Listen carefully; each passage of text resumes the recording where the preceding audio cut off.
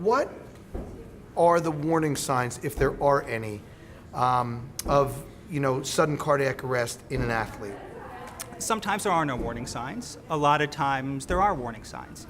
So the big things that we like to look out for are some of the common things you might think of. So if the athlete is complaining of chest pain, they're complaining of shortness of breath, dizzy, or even something obvious like passing out while exercising or immediately following exercise are big ones that we look out for.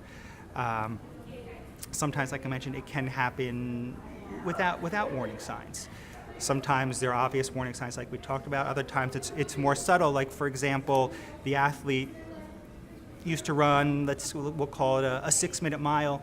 Now all of a sudden it's 6:20, it's 6:30, or in the team sport they're just not keeping up with their teammates or keeping up with that baseline that they used to. Those can all be subtle signs that we look for. That's really interesting to me. So, as they're going through, like, some of the early signs that you just said could happen like with any highly active sport like soccer, lacrosse, football. You'll see they're tired, they're sweating. They might get shortness of breath if they're running too much. Is that an easy thing to spot for a coach, or is it more the individual athlete might be able to see it faster because they know their own body? I think it's a combination of the two. So the athlete has to be aware of it.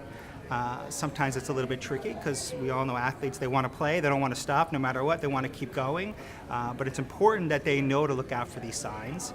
And the coaches, the trainers, the team doctors, the parents, they should all, something that they should keep an eye on as well, because it's, your own students, your own athletes, your own children well, and you can tell when there's something that's a little bit off or a change from what they used to have. Right, being in tune. Yeah, I agree with that.